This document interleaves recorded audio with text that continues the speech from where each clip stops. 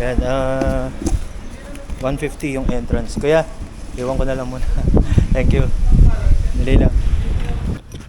Yun lang, kailangan tipirin ko na yung baterya ko kasi 11% na lang.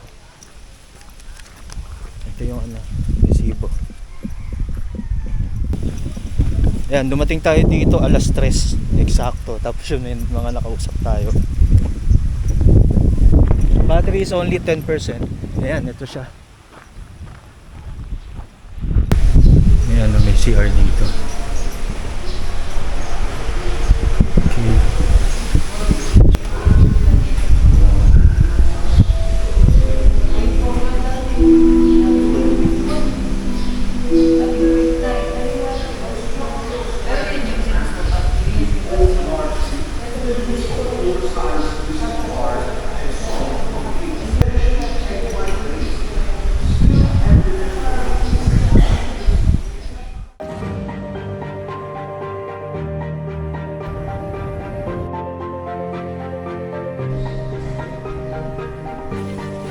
Ang pagharap sa isang hamon ay hindi sukatan ng tunay na lakas.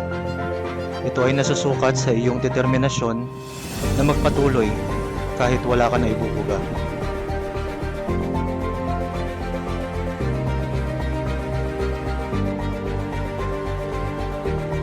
Ang sarap sa pakiramdam na natapos mo ang isang bagay na hindi ka nagdalawang isip gawin. Samahan niyo ako. Let's conquer the Philippines! Woo!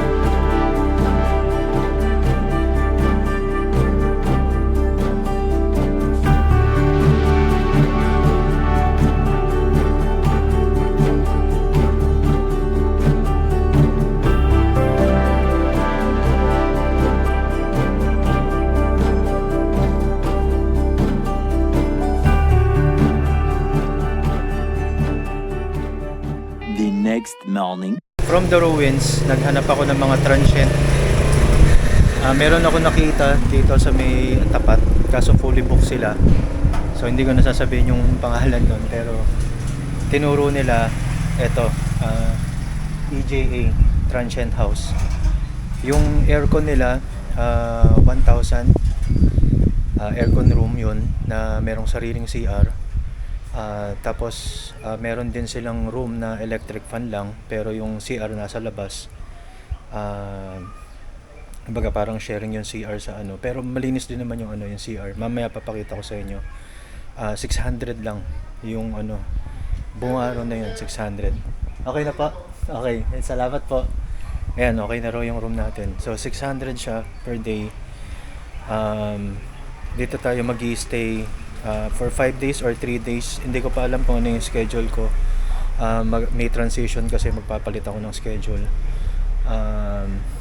So yan, itong lugar na to kahit papano tahimik, malayo siya dun sa highway. Malapit lang to sa The Ruins, 5 minutes away lang from The Ruins. Buti nga nakita natin tong ano, tong transient na to. Yan, tara, pasok tayo sa loob.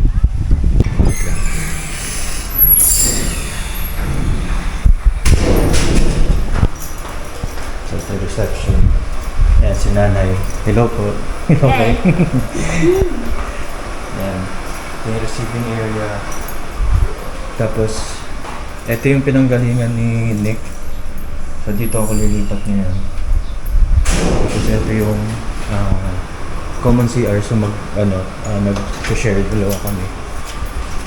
Tapos, ito yung pinatuluyan ko ngayon. So, pang-apatan to. Ako lang naman mag-isa. So, wala din aircon. Kasi yan. Dito ako naka-set mag-work. Daming kalat yung mga gamit ko nandito. So yan, maya lilipat ako dun sa kabila. Lilinisin lang muna nila. Back to work muna. So mga tropang gala. It's my good friend here, Nick. Hi, God. Yeah. He's going to Iloilo. Yeah, we've been yesterday. So hope to Yeah. see you soon. See you on the road, bro. Yeah. Cheers. Welcome to my new room. Ayan. Sofa siya. Tapos, kumakain na ako. Dito ako nag-work kanina. So, malayo to dun sa sa tinuluyan ko sa sa Katiklan. Tapos yung tinuluyan ko doon 700. Electric fan lang din, pero eto malakas yung electric fan, Hanabishi. So siya. Tsaka malinis. Bago lang daw tong transient na to, wala pang 1 year. Tapos dito 600 lang per day. Mas okay to, mas mura na. Tapos mas malinis pa. Tapos yan yung double deck, pwede mong lagyan ng gamit yun doon. Tapos meron kang maayos na na cabinet. Tapos isa pang maayos yung banyo. Pakita ko sa inyo. Ito yung CR. Kasi ito lang yung kwarto ko. Bago. Ito yung shower room. Tapos ito. Diba? Tapos may bidet. So, bidet test tayo. As usual. Pero hindi siya gano'n kalakas. Pero ayan. Tama lang. At malinis. Yan, so nakita nyo na. Tapos napakatahimik pa dito sa kaya kung kailangan nyo ng tahimik na lugar, magtatrabaho kayo habang namamasyal, okay na okay itong lugar na to. Tapos ang mura, 600. Isipin mo yun, 600 buong araw na. Tapos may may libreng tubig. So pag may ganito ka, salo ka lang ng tubig na pang-inom nandoon sa sa labas. So na siya, libre na siya. So syempre yung pagkain mo doon mo na lang sa labas bibilin. Isang kanto lang yung lalakarin mo. Tapos may may karinderya na. Tapos meron pang barbecuehan na merong inasal. Tapos yung katabi nun, sa umaga naman hanggang hapon lang bukas. Pero yun, mga lutong ulam. Yan. Stop muna tayo sa riding day ngayon. Dito muna tayo mag-i-stay habang nagtatrabaho. Tapos yung riding day 6 natin, wala naman naging delay. So okay na okay. smooth yung biyahe natin sa Roro papunta dito sa sa Bacolod from Iloilo, from Dumangas Port. At saka yung yung pamasahe niya 700 plus lang. Tapos na, aircon na. Bukas pagka meron time, kasi 3 days lang ako na may trabaho, tapos meron akong isang day off. Tapos 2 araw ulit na na may pasok. Tapos day off na ulit kasi may transition bukas pagka may time ako, papa-laundry. O kaya pwede rin gawin ko 'yon sa 3rd day na para lahat ng damit ko malinis bago ako bumalik sa riding day. So again, kay Nick, mukha siyang Pinoy, no? Kasi yung parents niya mukhang Pinoy parehas, pero sa US parehas lumaki. So 100% American talaga siya. Hindi siya marunong mag-Tagalog. Pero yung itsura niya hawig sa atin. So very nice to meet you, bro. One eternity later. Right, mga tropang gala. Lakwatsa tayong konti. Pupunta tayo sa Bacolod New Government Center. According to Google Maps, 13 minutes away lang siya dun sa tinutuluyan natin sa EJA. So yun, nagpa-laundry na ako. Nakahanap naman ako ng laundry shop. Babalikan ko na lang siya mamaya 6 PM. Ito na yung panghuling araw natin dito sa lugar na to, dito sa Bacolod. Bukas babiyahe na tayo pa Dapitan. Tapos kung medyo maaga pa, tignan natin kung makakalagpas tayo ng konti ng Dapitan. So yan, pasyal muna tayo. Ikot lang tayo konti. Few inches later. Right, mga tropang gala. Bacolod New Government Center. Yung iba tawag nila dito BGC. Pa-picture tayo.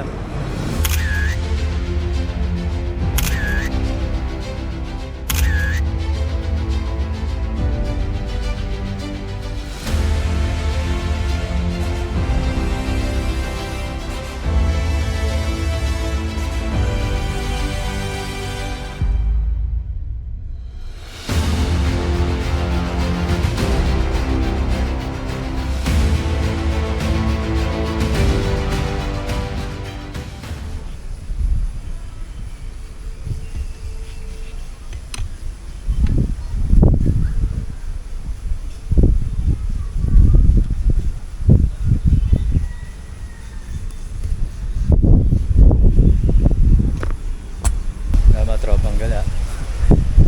Dito na tayo sa Manokan Country. Tapat pala to ng ng SM City Bacolod.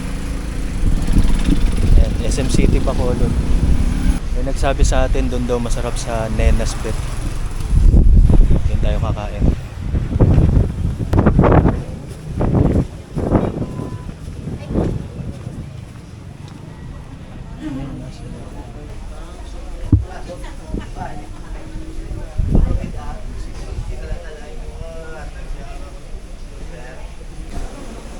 Grabe ito guys. Tignan nyo.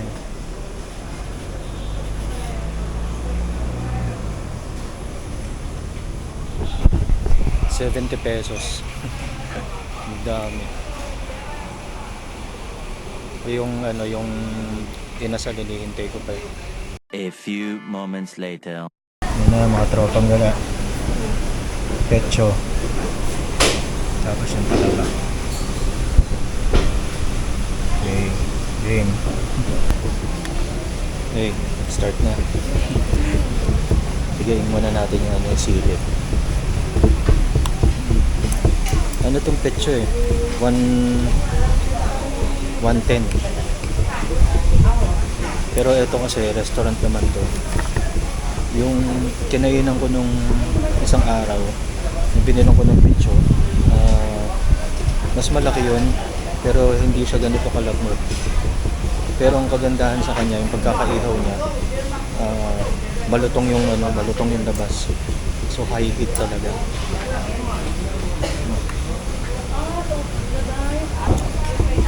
Mas matabang siya ng konti kung kukumpara mo sa Mang Inasal. Pero ang sarap niya. Ito yung lambot. Grabe yung lambot.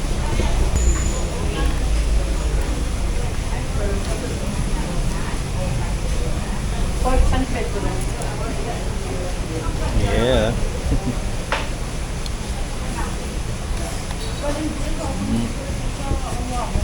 Ayos yung sili, gumuguhit. Try muna natin ito. Ano siya eh? Oh, yung first one. Wala mo na suka.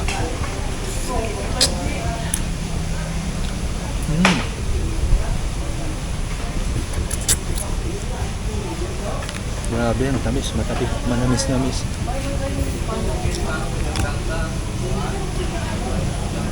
Kahit hindi mo na siya lagyan ng suka, sarap na. Pero try natin may suka.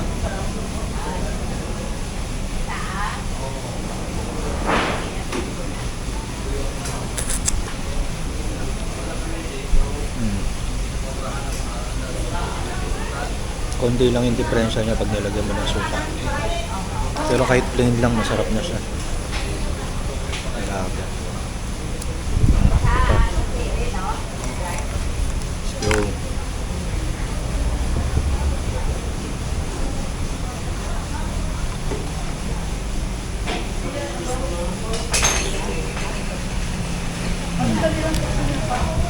Grabe, sariwang-sariwa talaga.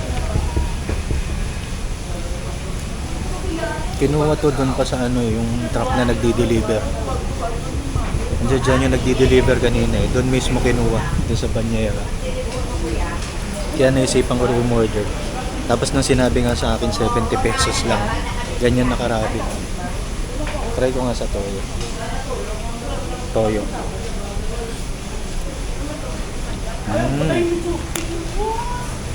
Wow. Mas masarap siya dun sa toyo. Ito, grabe. Grabe.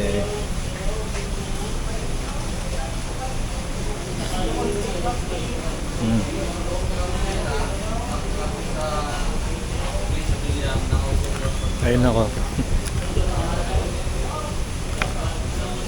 Yung anak ko, si Angelique. Nak, sigurado mag-i-enjoy ka rito. Grabe. Mas masarap siya dun sa toyo.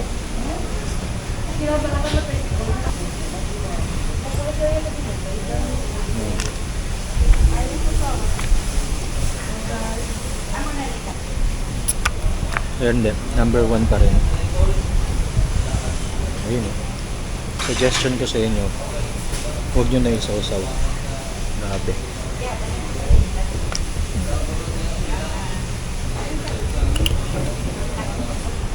Ayan.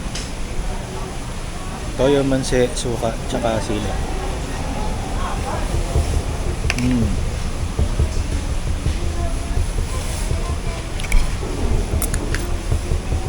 Iba talaga yung sili. Perfect. Grabe. Balik muna tayo sa manok.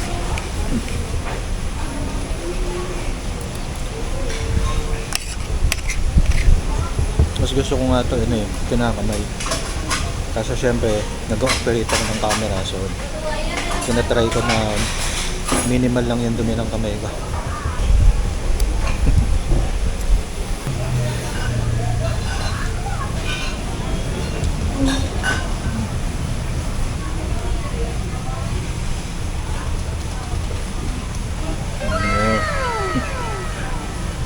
Ayan, tapusin ko lang to.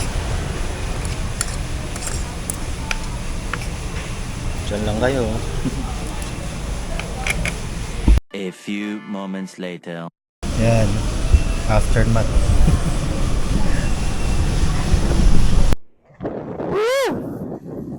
Grabe! Busog na busog ako. Walang iya. Doon pa lang sa manok, mabubusog ka na eh. Tapos yung talaban, dami. 70 pesos. Fresh na fresh. Ito yung ano, SM.